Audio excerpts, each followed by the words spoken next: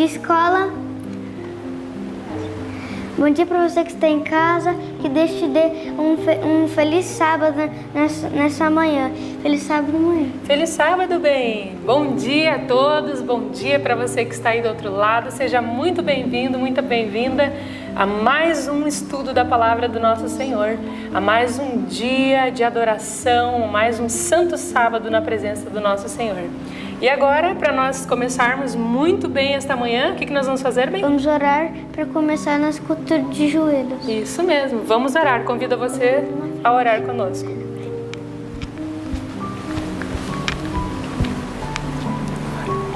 Querido Deus, amado Pai, muito obrigado por esse sábado, que novamente estamos aqui para te cultuar e cantar um hino ao Senhor, e também é motivo de grande alegria estarmos vivos aqui, porque nós não estaríamos vivos se o Senhor não tivesse morrido na cruz por nós. Em nome de Jesus, amém. Amém, Senhor.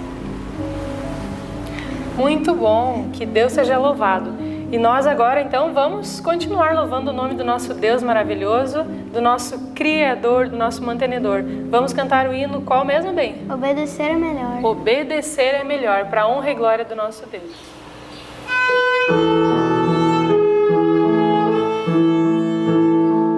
Obedecer é melhor do que sacrificar. Melhor é sempre atender a Deus e a lei guardar. A Deus com fé, nossa alma louvamos, a sua lei obedeçamos,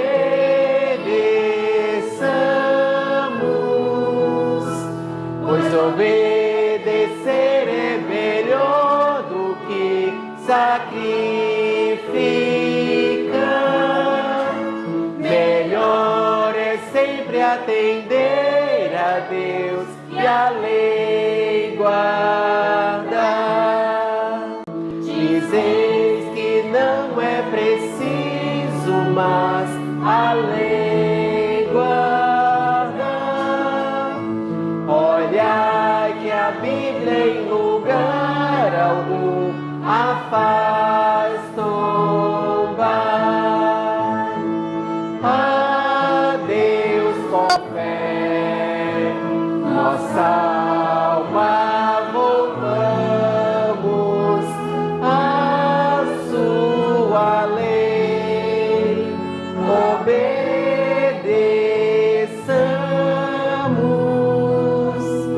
pois obedecer é melhor do que sacrificar. Melhor é sempre atender a Deus e a lei guardar. Virão as bênçãos de Deus a quem a lei seguir. Ó sim, Jesus nos ajuda a toda a lei cumprir.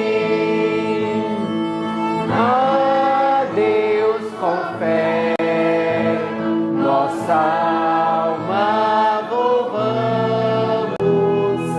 a sua lei obedeçamos,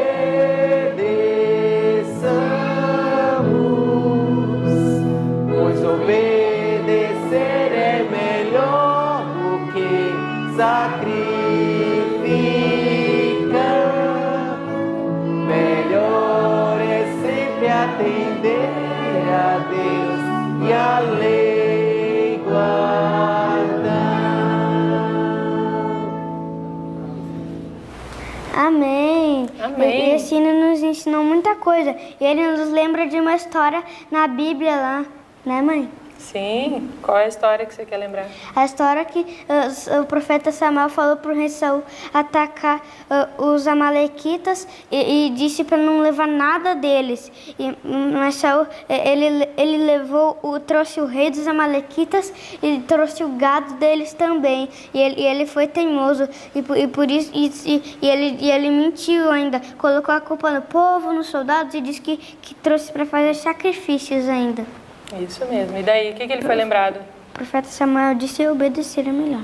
Obedecer é melhor do que sacrificar. Exatamente, é isso que Deus fala para nós, né? Que não adianta nós fazermos grandes sacrifícios se nós não obedecermos à vontade de Deus. Sempre a vontade de Deus, né? Amém. E agora, que momento nós chegamos? O que nós vamos fazer? Vamos falar o nosso versinho, que se encontra em Filipenses 2, do 13 ao 15. Muito bom, vamos lá então? Vamos lá? Nós vamos falar então esse verso que o Ben acabou de falar. Filipenses 2, do 13 ao 15. Quer contar aí, Ben? Quer. 1, 2, 3. Filipenses 2, do 13 ao 15. Porque Deus é o que opera em vós, tanto querer como efetuar, segundo a sua boa vontade. Fazei todas as coisas sem murmurações nem contendas, para que sejais irrepreensíveis e sinceros, filhos de Deus inculpáveis, no meio de uma geração corrompida e perversa, entre a qual resplandeceis como astros no mundo. Filipenses 2, do 13 ao 15. Filipenses 2, do 13 ao 15. Porque Deus é o que opera em vós, tanto querer como efetuar, segundo a sua boa vontade. Fazei todas as coisas sem murmurações nem contendas, para que sejais irrepreensíveis e sinceros, filhos de Deus inculpáveis, no meio de uma geração corrompida e perversa, entre a qual resplandeceis como astros no mundo. Filipenses 2, do 13 ao 15. Filipenses 2, do 13 ao 15. Porque Deus é o que opera em vós, tanto querer como efetuar, segundo a sua boa vontade. Fazei todas as coisas sem murmurações nem contendas, para que sejais irrepreensíveis e sinceros, filhos de Deus inculpáveis, no meio de uma geração corrompida e perversa, entre a qual resplandeceis como astros no mundo. Filipenses 2, do 13 ao 15. Amém, louvado seja Deus, e que a palavra de Deus possa realmente ficar, gravada nos nossos corações, para que nós possamos conhecer o nosso Deus verdadeiramente. E quando a palavra dele estiver bem lá no fundo, bem no nosso coração, com certeza nós então nos tornamos conhecidos de Deus e ele é conhecido por nós também. Que Deus esteja com você nesta manhã de estudo, que a palavra de Deus possa fazer a diferença na sua vida e na nossa vida também, não é bem? Fique com Deus, um bom estudo para você, na paz do nosso Senhor Jesus. Amém. Olá, queridos, bom dia para vocês. Vocês que pegaram sua Bíblia, que abriram no livro de Isaías nesta madrugada. Vocês que pegaram o livro desejado de todas as nações e ficaram encantados com a adolescência, juventude e tempo de adulto de Jesus. Como era a sua vida familiar? Que coisa linda, não é? Não te enche o coração, não te faz ficar impressionado. Eu vou orar com você agora, para que o Senhor Deus, ao abrir o nosso coração para a mensagem dele e ao falarmos disso, o céu esteja com todos nós. Vamos lá? Santo Deus e amado Pai, muito obrigada, Senhor, por deixar essas mensagens escritas. Nenhuma delas falhou, todas elas são verdadeiras e fiéis. Nós louvamos o Teu nome pela oportunidade que temos não só de conhecê-las, mas de ter o Teu poder para guardá-las. Em nome de Jesus. Amém. Eu não sei dizer para vocês quantas vezes eu já estudei e li o que eu vou comentar com vocês hoje. Mas não tem uma vez que ao ler isso meu coração não fica apertado e altamente impressionada. Nossa, Jesus é realmente impressionante. Nosso impressionante Jesus. Que lindo, né? O livro de Isaías, que é um livro messiânico, conta também como será, que isso faz parte da vida de Jesus, como será o final da humanidade. É óbvio que na vida de Jesus é preciso explicar que vai ter este capítulo triste de ter que participar da destruição daqueles que não lhe seguirem os passos. E o meu coração fica apertado com isso. E eu não sei se isso vai acontecer também com os irmãos de Jesus. Que família difícil que Jesus teve. E hoje, ao ler Isaías com tantos versos sérios sobre o que vai acontecer nos últimos dias da história da Terra, eu fico com o coração apreensivo, porque a única coisa que eles tinham naquela época, na época de Jesus, era o Velho Testamento. Quantas vezes devem ter lido sobre esta situação especial dos últimos dias? Não era fácil a vida, e nem foi fácil a vida de Jesus, né? Jesus, desde o seu mais tenro tempo de infância, como uma criança judia, ele era rodeado de todas as reivindicações que sua religião impunha. A religião judaica não estava errada, é a religião certa, foi a religião criada por Deus. Mas a quantidade de ritos e pequenas leis que foram adicionadas à religião judaica a tornou religião errada. E Jesus não seguia essa quantidade de ritos, de informações que estavam dentro desta religião. Eram exigências absurdas. E para cada uma das coisas Jesus tinha um está escrito. E chamou muito a minha atenção para o seguinte, sob a direção dos mestres das sinagogas, os jovens eram instruídos nos inúmeros regulamentos que, como israelitas ortodoxos, se esperava que observassem. O que eram ortodoxos? Abre bem seu ouvido agora. O que significa esta palavra? Ortodoxos são os que cumprem fielmente os princípios judaicos, rejeitando renovações. Não poderia haver renovação nenhuma, eles acreditavam exatamente como estava ali, mas as tradições, né? As tradições junto com as situações da própria palavra. E para cada uma das reivindicações que ele não seguia, nosso querido Jesus, ele tinha um está escrito da palavra. E eu fiquei muito impressionada, né? Porque ele não aceitava a imposição dos rabis de sua época, mas ele os tratava com um respeito muito grande. Senhores, como eu aprendi ao ler esse capítulo 9 do Desejado de Todas as Nações. Como me enche o coração ver a maneira como Jesus lidava com as coisas que ele não concordava na religião. Que isso seja uma tremenda de uma lição para nós. Presta atenção nisso. Via Jesus que em seus cultos destituídos de fé não encontravam paz. Um culto onde não se encontra paz nele. Não é interessante isso? Não conheciam a liberdade de espírito que lhes adviria de servir a Deus em verdade. Jesus viera para ensinar a significação do culto a Deus. Agora presta atenção nisso.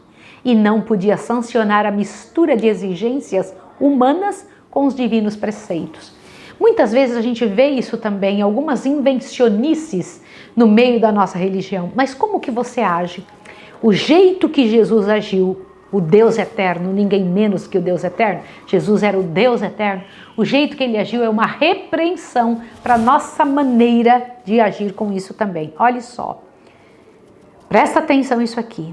Não atacava os preceitos ou práticas dos doutos mestres, mas quando reprovavam por seus próprios hábitos simples, apresentava a palavra de Deus em justificação de sua conduta. Agora olha essa frase tem que abalar você.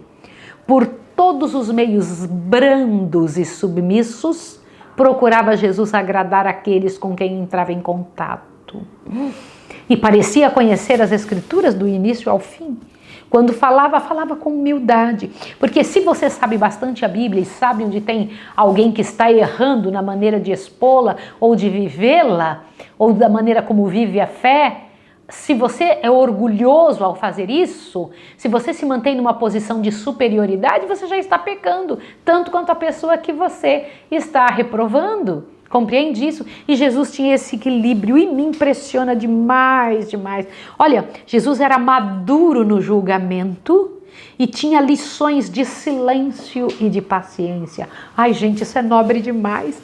Jesus era maduro no julgamento e tinha lições de silêncio e de paciência. Sabia distinguir entre o verdadeiro e o falso. Eu peço muito isso a Deus, Senhor, me ajude a distinguir entre o verdadeiro e o falso. Sabia que os rabinos, nenhuma autoridade se podia encontrar nas escrituras para suas tradições. E percebiam que Jesus estava muito além deles. Estava lá, ele era o mestre dos mestres, né? Gente, eu acho tremendo. E os irmãos de Jesus, então, porque viam essa atitude em Jesus, o tinham como insolente. Falava, como é que pode você não aceitar o que a liderança está dizendo? E achavam também que ele era obstinado em não poder aceitar. O que é obstinação? Você tem que correr e olhar no dicionário o que é obstinação. Isso aqui me impressionou demais, demais da conta, sabe? E ele teve que aprender a dura lição do silêncio e da paciência no sofrimento. Os irmãos de Jesus tentavam tornar a vida dele muito difícil. E aqui neste capítulo 9 do Desejado de Todas as Nações, diz que os irmãos de Jesus eram filhos de José. Eram irmãos mais velhos do que ele. Maria não teve outros filhos. Você achou interessante isso? Guarda essa informação com você. Isso é muito importante você saber, olha. E os meninos, né, os irmãos de Jesus tomavam o lado dos rabinos e Jesus condenava esse tipo de posicionamento com atitude. Raramente ele brigava ou se incomodava, né? E o que os irmãos de Jesus não sabiam é que Jesus tinha provado da árvore da vida e o conhecimento eterno estava dentro dele. Ele tinha escolhido isso. Eu quero escolher isso na minha vida. Glória ao nome de Jesus. Mas Jesus não tinha um espírito exclusivista. Não pensava assim, eu vou ficar me escondendo num canto, nefelibatando, sozinho, como ermitão do deserto, e ali eu vou ficar me santificando. Não, ele se misturava no meio das pessoas, ele trabalhava em favor das pessoas simples. Olha, ele, em lugar de fechar-se numa cela de eremita, a fim de mostrar seu caráter celestial, trabalhava fervorosamente pela humanidade. Você não acha isso lindo? Imagina que coisa fantástica, trabalhava em favor da humanidade e incutia o princípio de não consistir a religião bíblica em mortificações corporais. Ensinava que a religião pura e incontaminada não se deve manifestar apenas em determinados tempos e ocasiões especiais. A verdadeira religião tem que fazer parte da vida diária, de todo o tempo. Isso é muito lindo, muito bonito. Ai, gente, eu quando fico lendo a respeito de Jesus, eu falo, quão distante eu tô dele, mas eu quero ser assim. Eu desejo ser assim, né? Jesus trabalhava para aliviar todo o caso de sofrimento que via. E é neste capítulo que diz que Jesus pegava o prato dele de comida e dava para as pessoas. Diz que ele não podia ver alguém com fome ou alguém perto dele sofrendo. Diz que se alguém estivesse endemoniado, alguém sofrendo alguma coisa, Jesus corria para mitigar-lhe os sofrimentos, para tirar-lhe as dores, para dar comidinha. Gente, diz que ele dava o prato dele, de sua própria refeição para as pessoas. E isso desgostava os irmãos dele. Os irmãos dele ficavam com o coração mal por ciúme, porque a atitude de Jesus causava ciúme neles. E você sabe o que eles faziam? Olha como é que se manifestava o ciúme. Reprovavam Jesus, tornava a vida dele um inferno e ainda dizia, você tem que nos obedecer porque nós somos os mais velhos. Nossa! E Jesus tinha para com eles uma incansável bondade, uma constante serenidade. Nunca os tratava com desdém. Gente, eu acho isso maravilhoso, que espetacular. Nossa, nada aborrecia Jesus a não ser o pecado. Nada aborrecia Jesus a não ser o pecado. Não podia testemunhar uma ação injusta sem uma dor que lhe não era possível disfarçar. Ele via uma ação injusta, aquilo corroía o coração dele, né? Eu acho fantástico isso, né? E ele tinha uma abnegada integridade. Olha que coisa linda, paciência, bondade e isso era classificado como covardia por seus irmãos. Quando ele era bondoso, não quero ir com vocês em lugares ruins, em lugar que não se deve ir. Quando ele dizia isso, não, eu não vou onde está errado ir, né? E citava os textos bíblicos pelo que ele estava decidindo fazer, os irmãos falavam, você é um covarde, falavam assim para ele. Puxa vida. Gente, eu fico impressionada. Se Jesus tivesse tido um só pensamento ruim enquanto o estavam provocando, ele teria perdido a batalha. Imagina isso. Diz que raramente censurava qualquer mau procedimento dos irmãos, mas tinha uma palavra de Deus para lhe dirigir. Olha só, e quando diziam que ele era covarde, olha o que ele dizia: o temor do Senhor é o princípio da sabedoria e o apartar-se do mal é inteligência. Olha que bonito, você sabia que Jesus era muito inteligente? Jesus era extremamente inteligente. Jesus era inteligente e animoso. Ele não era pessimista, viu? Era animoso. Gostavam de sua companhia e aceitavam-lhe as prontas sugestões. Mas impacientavam-se com seus escrúpulos e declaravam-no estrito e rígido. Achavam que ele era, sabe o quê? Fanático. Pode imaginar um negócio desse? Achavam que Jesus era o quê? Fanático. Aí perguntava assim, mas Jesus, por que você é assim tão singular, tão diferente? Por que é que você não está com a gente nas coisas que a gente faz? Aí ele dizia bem assim, ó, recrear-me-ei nos teus estatutos, não me esquecerei das tuas palavras. Ele dizia que a recriação dele era a palavra de Deus. Jesus nem contendia, não brigava pelos seus direitos. Muitas vezes, por ser voluntário e não se queixar, seu trabalho era tornado desnecessariamente penoso.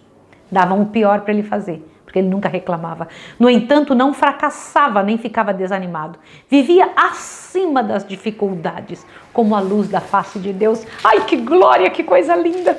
Eu quero isso para mim. Não se vingava quando rudemente tratado, mas sofria com paciência o insulto. Gente, nós podemos ser assim, é isso aqui que Deus quer para nós. Essa é a vontade de Deus. Ele tinha cultos de manhã e à noite, todos os dias, né? Ele parecia muitas vezes como uma pessoa separada, sua felicidade encontrava-se nas horas em que estava sós com Deus e a natureza. Sempre que lhe era concedido este privilégio, afastava-se do cenário de seus labores, iria para o campo a meditar nos verdes vales, a entreter comunhão com Deus na encosta da montanha ou entre as árvores da floresta. O alvorecer frequentemente o encontrava em qualquer lugar retirado, meditando, examinando as escrituras ou em oração. Destas horas quietas, voltava para casa a fim de retomar seus deveres e dar exemplo de paciente labor.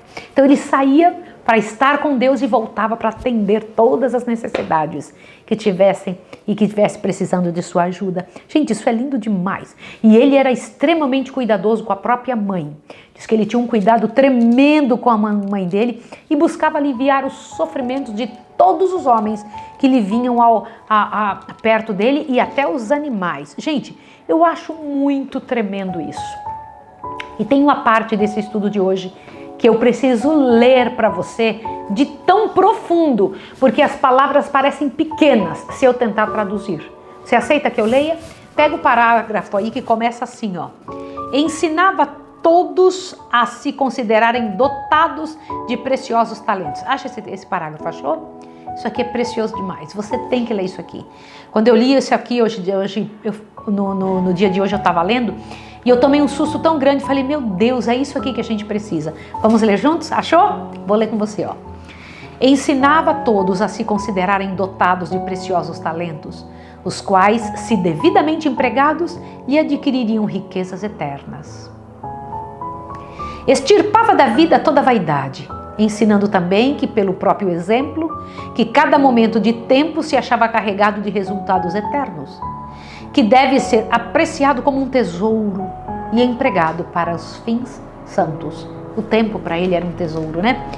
Não considerava ninguém digno, mas buscava aplicar a todos o remédio salvador. Ai, que lindo! Em qualquer companhia que se encontrasse, apresentava uma lição adequada ao tempo e às circunstâncias. Buscava inspirar a esperança nos mais ásperos e menos prometedores, dando-lhe a certeza de que se poderiam tornar irrepreensivelmente inocentes, adquirindo caráter que demonstraria serem eles filhos de Deus. Senhor, me ajude a ser portadora de uma mensagem assim, de dizer para cada pessoa: vocês podem se tornar irrepreensivelmente inocentes. Ai, que coisa linda! Encontrava frequentemente pessoas que viviam sob o poder de Satanás e não possuíam forças para romper as malhas.